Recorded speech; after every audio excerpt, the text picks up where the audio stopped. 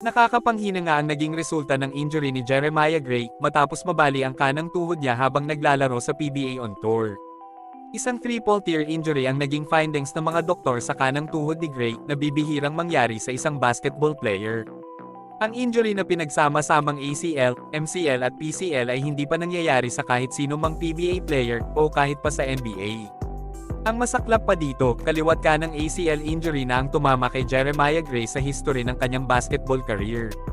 Nagkaroon ng ACL injury si Gray sa kanyang kaliwang tuhod noong naglalaro pa siya sa TNT Tropang Giga sa PBA 3-on-3. Halos isang taon din siyang hindi nakapaglaro ng basketball bagamat nakuha siya ng terra firma jeep sa PBA draft noong nakaraang taon. Medyo nakakagulat nga lang ang hakbang na ginawa ng Hinebra dahil kinuha pa din nila ang serbisyo ni Gray sa isang blockbuster trade kahit alam nila na nabali pa ang kaliwang tuhod nito. Nasubukan ng tibay ng tuhod ni Jeremiah Gray nang mag-umpisa siyang maglaro sa PBA Commissioner's Cup noong nakaraang taon. Isa na sana si Gray sa mga future superstar ng PBA dahil sa kanyang athleticism at talino sa paglalaro.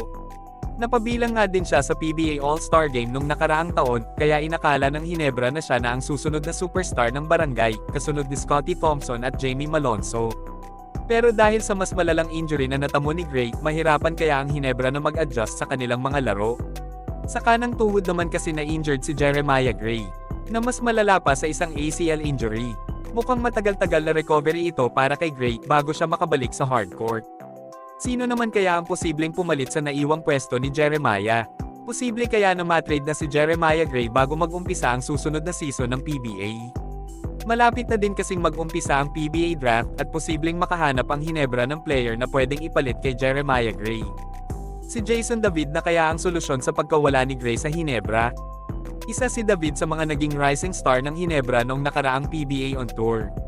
Nag-average si David ng 9 points, 5 rebounds at 3 assists sa 11 games na nilaro ng Hinebra sa nasabing tournament. Malaking bagay ito sa bench player ng Hinebra na hindi mo aakalain na may potensyal palang maging scorer. Dahil sa ganda ng kanyang pinakita sa on-tour, malaki ang posibilidad na mabigyan siya ng mas madami pang playing time sa Hinebra. Kapipirma lang din niya kasi sa Hinebra ng 1-year contract extension. Kilala naman natin si Coach Tim Cone kung paano magpalakas ng isang player. Baka sa mga susunod na taon maging superstar na din itong si Jason David na mala Jimmy Butler ang laro. Maliban kay David, andyan din naman si Von Peshumal at Aljun Mariano na pwedeng sandalan ni Coach Tim Cone habang wala pa ang kanyang rising star na si Jeremiah Gray. Hindi din naman pwedeng maalis ang posibilidad na makakuha ng mas magaling na player ang Hinebra sa PBA draft kapalit ng kanilang mga role players plus si Jeremiah Gray na nagpapagaling sa kanyang injury. Kilala naman natin kung paano kumilos ang SMC team sa pagkuha ng magagaling na player. Huwag lang sanang maulit ang mga issues ng lack of parity dahil lalong makakasira ito sa buong PBA na unti-unti na ding nauungusan ng mga liga sa ibang bansa kagaya ng Japan B-League at KBL.